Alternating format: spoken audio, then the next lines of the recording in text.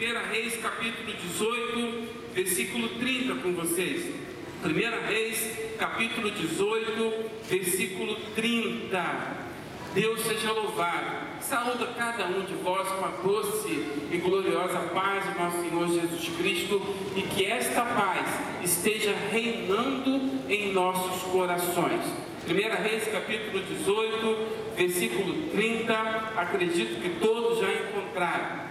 Então, eu vou ler, depois os irmãos vão estar lendo também. Então Elias disse a todo o povo: chegai-vos a mim. E todo o povo se chegou a ele, e restaurou o altar do Senhor que estava quebrado. As irmãs: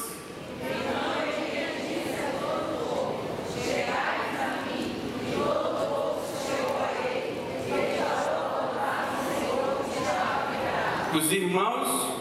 Então Elias disse ao povo: chegai-vos a mim. E todo o povo se chegou a ele, e restaurou o altar do Senhor que estava quebrado. Agora todos. Então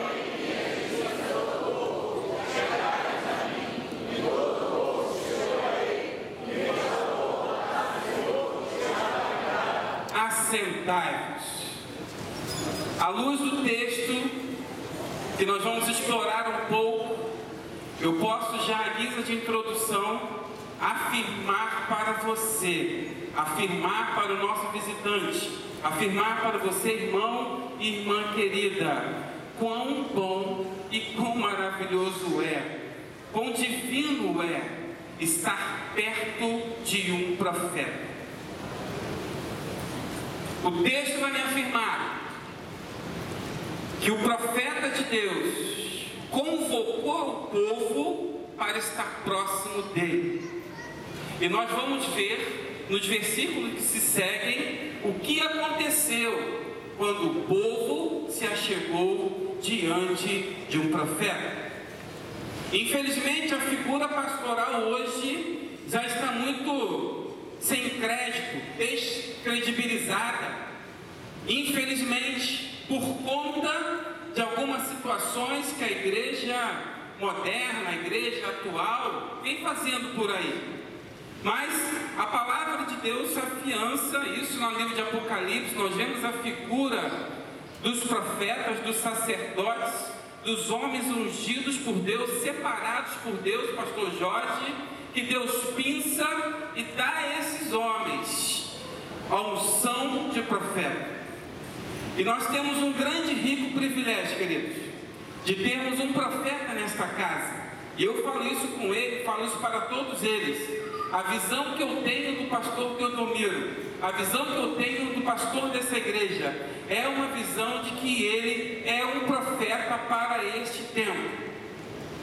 Estar perto dele e aceitar e concordar e escutar o comando do profeta, quando ele diz: achegai-vos a mim, achegai-vos a mim, achegai-vos a mim. O texto vai me afirmar, Lúcia, que grandes coisas Deus faz quando nós aceitamos o convite do profeta. Às vezes não entendemos, às vezes não compreendemos, às vezes até não concordamos, Thelma, mas isso não deve nos impedir de atender a convocação do profeta. Porque quando eu atendo, Lúcia, grandes coisas Deus faz por nós, através de nós e por nós. Grandes coisas. Então, já nesse texto, eu já posso dizer, talvez eu poderia até encerrar aqui o Wallace afirmando: achegai-vos junto aos profetas de Deus. Mas eu quero, ainda guisa de introdução, falar um pouco desse contexto. Elias estava diante de uma grande situação.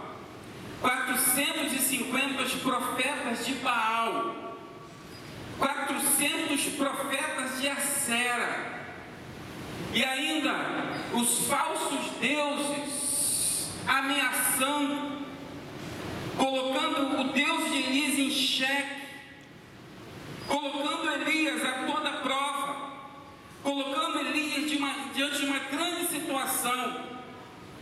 Os profetas de Deus, queridos, os profetas de Deus passam muitas provas, passam situações tantas.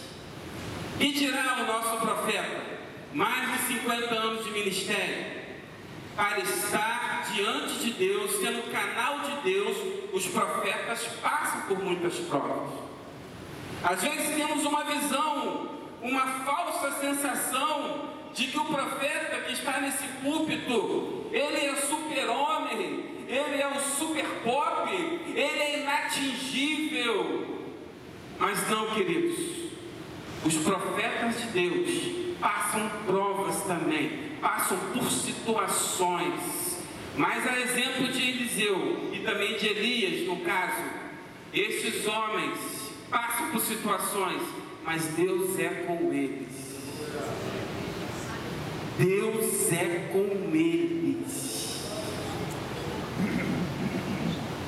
E o contexto era esse, de ameaças. O contexto era esse, de situações dificultosas. O contexto era esse, de saber se o Deus de Elias é mais poderoso do que os outros deuses. E Elias afirmava: vamos então, eu aceito a proposta, eu aceito aquilo que vocês estão propondo, porque eles disseram o seguinte: olha, o meu Deus é maior do que o seu, o meu Deus é maior do que o seu. Talvez algum visitante, talvez algum irmão querido saiba um pouco mais do que eu estou falando, porque o Deus desse século está diante de nós, está afirmando para todos nós que Ele é maior do que o nosso Deus. Só que não há Deus maior do que o nosso Deus. Mas o que Elias fez, o que nós devemos fazer, adolescentes, é acreditar que o nosso Deus é maior do que todas as coisas.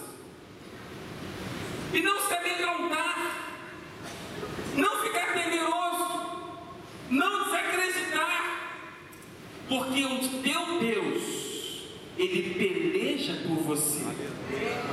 Os outros podem se levantar, Sandra, o inferno pode se levantar, mas creia, acredite que o seu Deus, como o Deus de Elias, Ele é maior do que todos os deuses, maior de qualquer situação.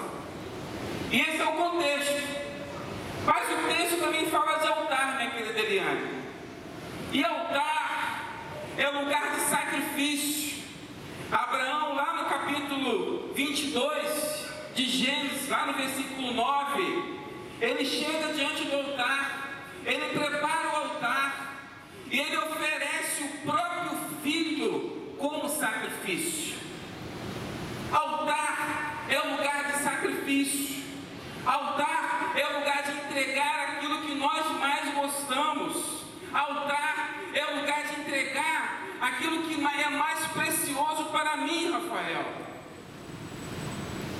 Altar é lugar de sacrifício. E nós sabemos o contexto. Abraão ia oferecer o seu filho, mas Deus preparou o cordeiro, e ele não precisou sacrificar o seu filho. Mas uma coisa Abraão fez, foi entregar aquilo que era de maior valor diante de Deus. Então, meus santos, eu aprendo com Abraão: altar é lugar de sacrifício. A nossa vida é o maior bem que nós podemos ter nessa terra. Então nós precisamos entregar a nossa vida diante do altar de Deus.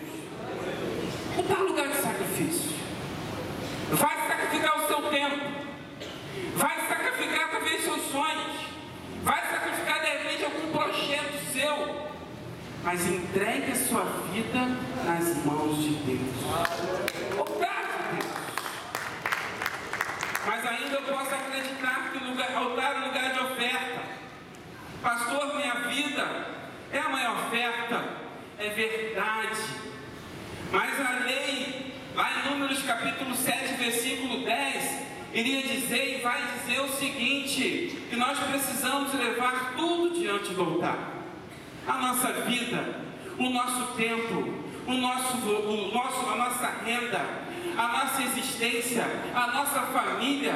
Quer ver uma coisa que Josué fez diante de Deus?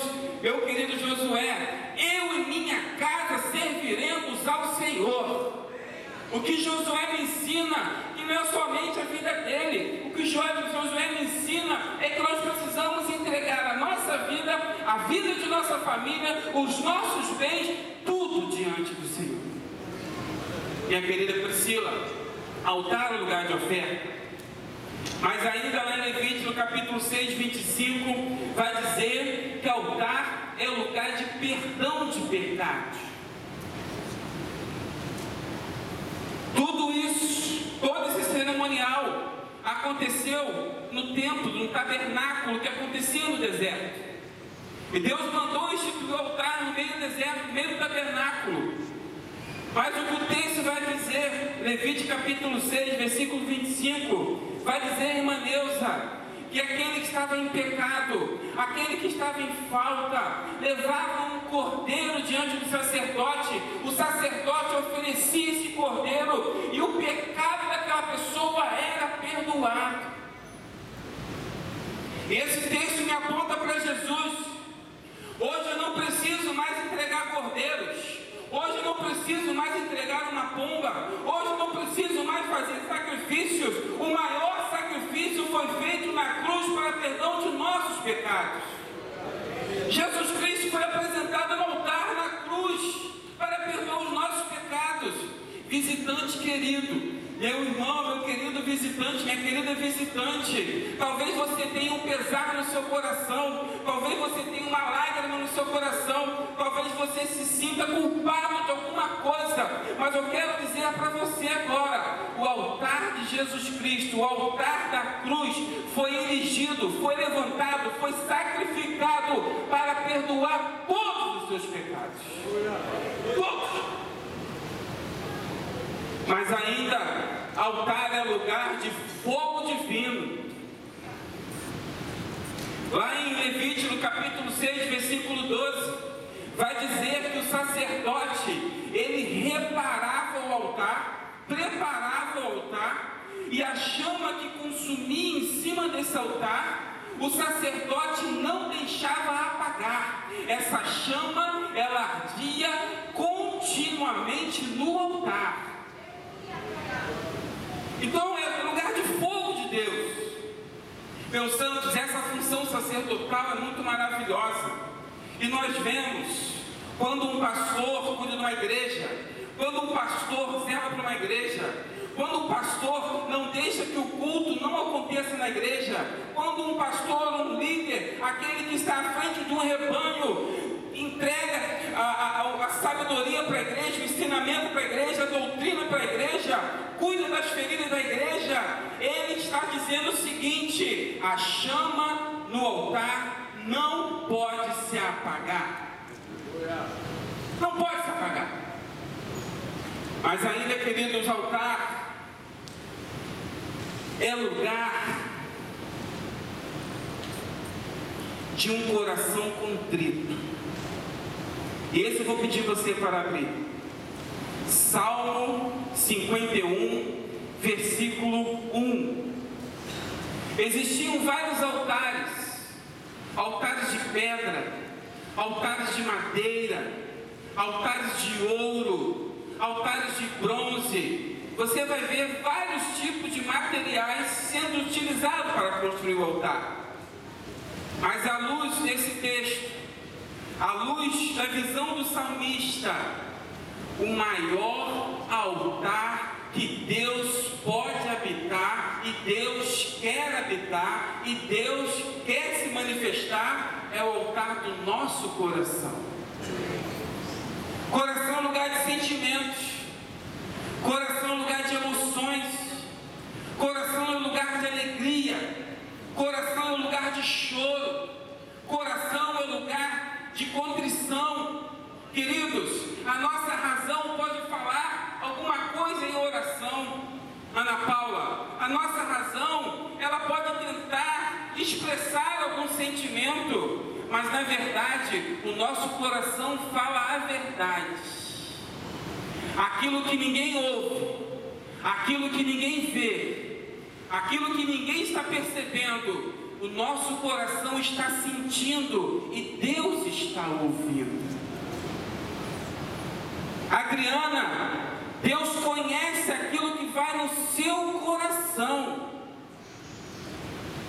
Deus conhece, Ele esquadrinha, pastor Rafael, os nossos sentimentos, os nossos pensamentos. E eu entendo que o salmista estava falando exatamente disso.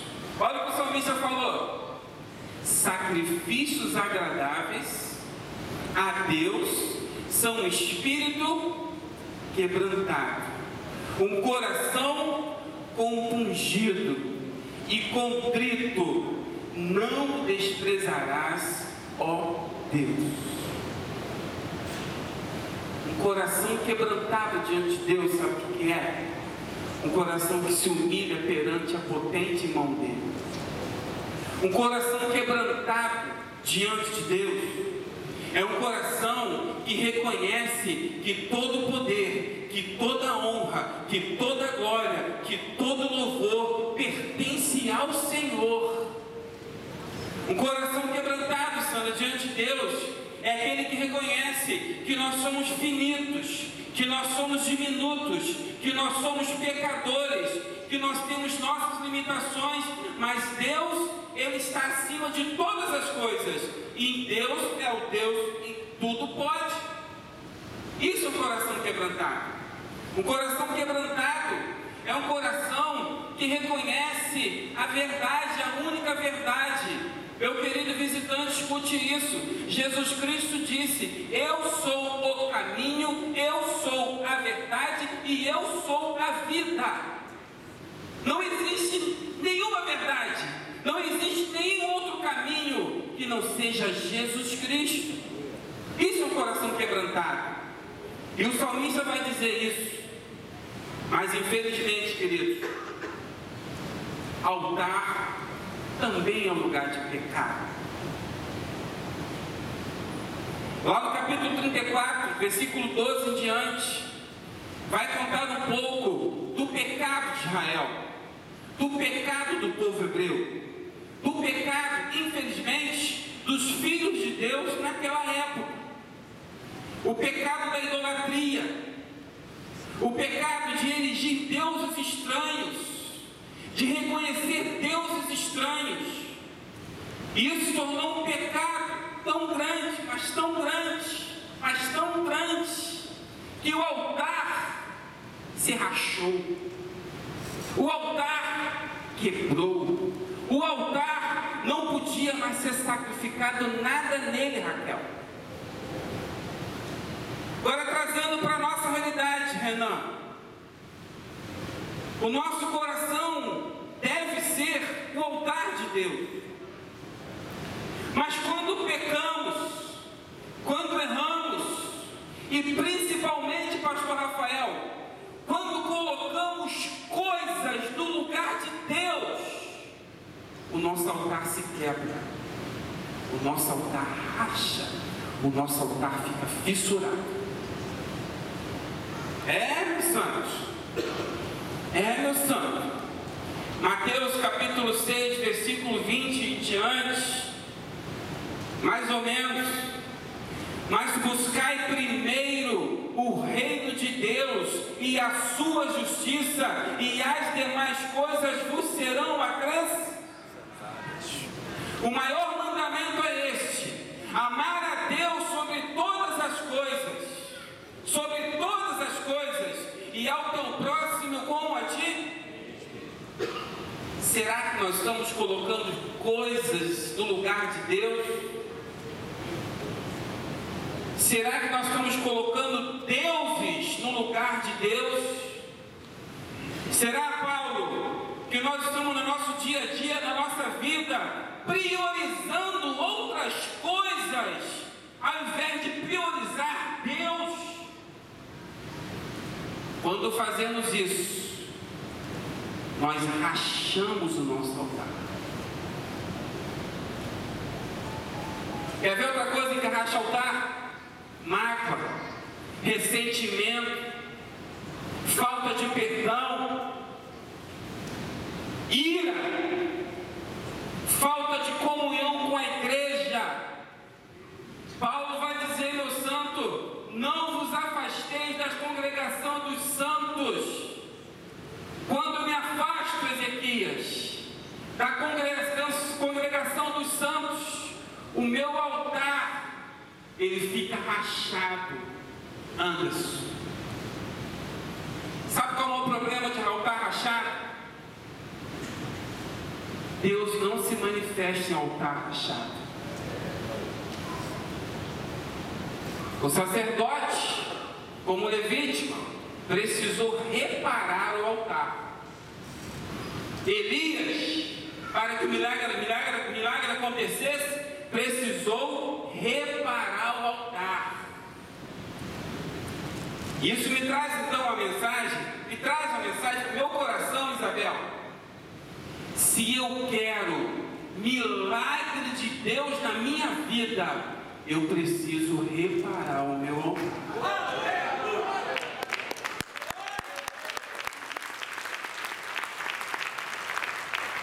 Eu não sei, querido. Eu não sei. Mas o Espírito Santo de Deus, ele nos convence do pecado, da justiça e do juízo. E ele precisa me convencer daquilo que precisa ser reparado.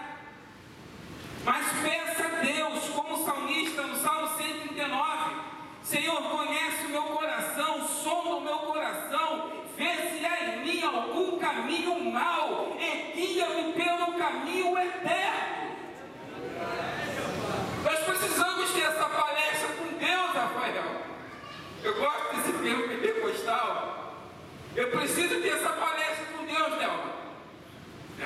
Débora. Senhor, o meu altar precisa ser reparado. Mostra-me, Senhor, o que precisa ser reparado. Porque eu não posso viver sem a sua presença. Eu não posso viver sem os teus milagres, Senhor. Eu não posso viver sem ouvir a tua voz. Eu não posso viver sem o Senhor iluminar os meus passos, o meu caminho. Eu não posso viver, Senhor, sem a tua presença. Repara o meu altar. Já está acabando. Eu fiquei igual o pastor agora, só na introdução.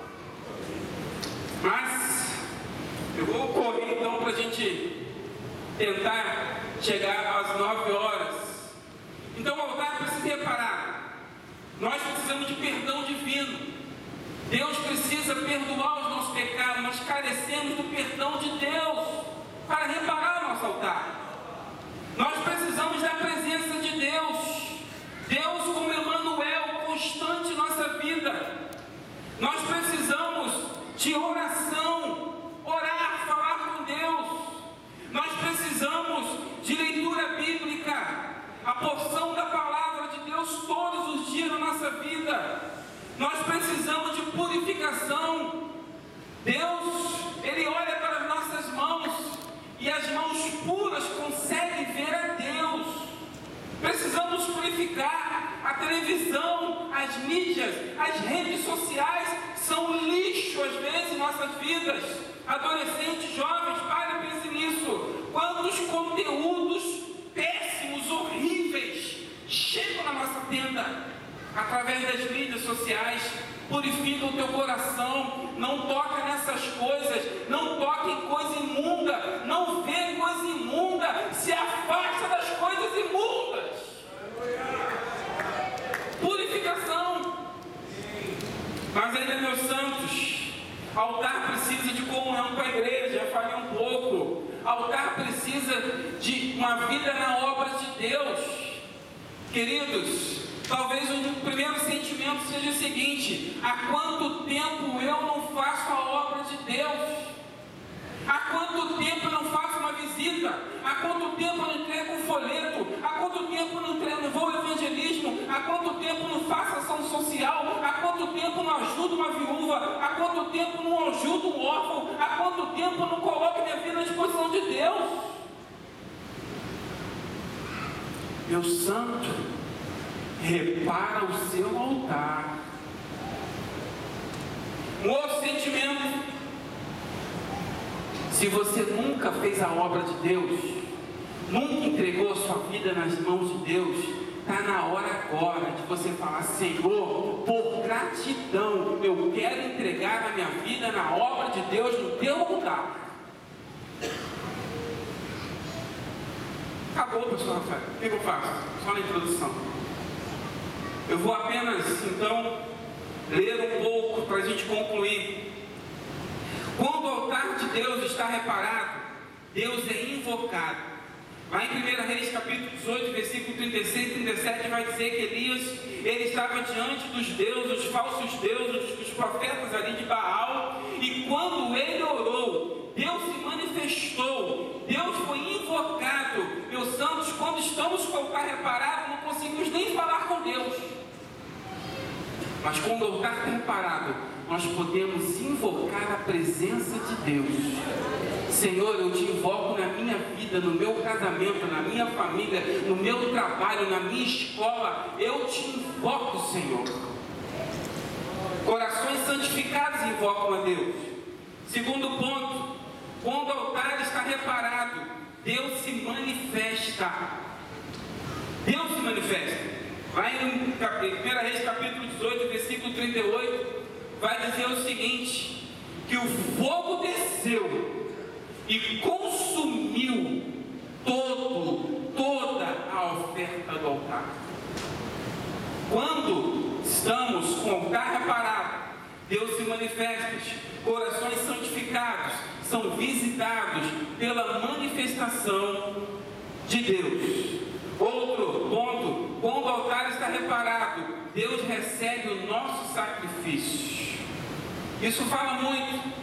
Às vezes fazemos tantas coisas, diligenciamos em tantas situações, somos tão ativistas, somos tão, tão práticos e diligenciamos muitas vezes, mas há aquele sentimento de que Deus não está recebendo aquilo. Meu Deus, eu estou fazendo tanta coisa. Mas quando o altar é reparado, Deus recebe a nossa adoração, recebe o nosso louvor e recebe a nossa oferta. Corações santificados oferecem sacrifícios aceitáveis a Deus. Fique de pé. Conseguir. A guisa de conclusão, perdão, meu querido visitante, a hora realmente ela não para. Não para. Lá em 1 Reis capítulo 18, versículo 43 a 46, vai dizer o seguinte. Só vamos ler esse texto rapidinho para a gente concluir.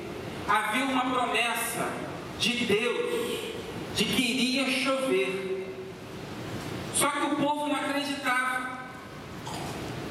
Ninguém acreditava. E o profeta de Deus, Elias, disse: vai chover. Olha o que o texto diz. E disse ao seu servo: sobe agora e olha para o lado do mar. E subiu e olhou e disse: não há. Tem hora que a gente não vê nada acontecendo.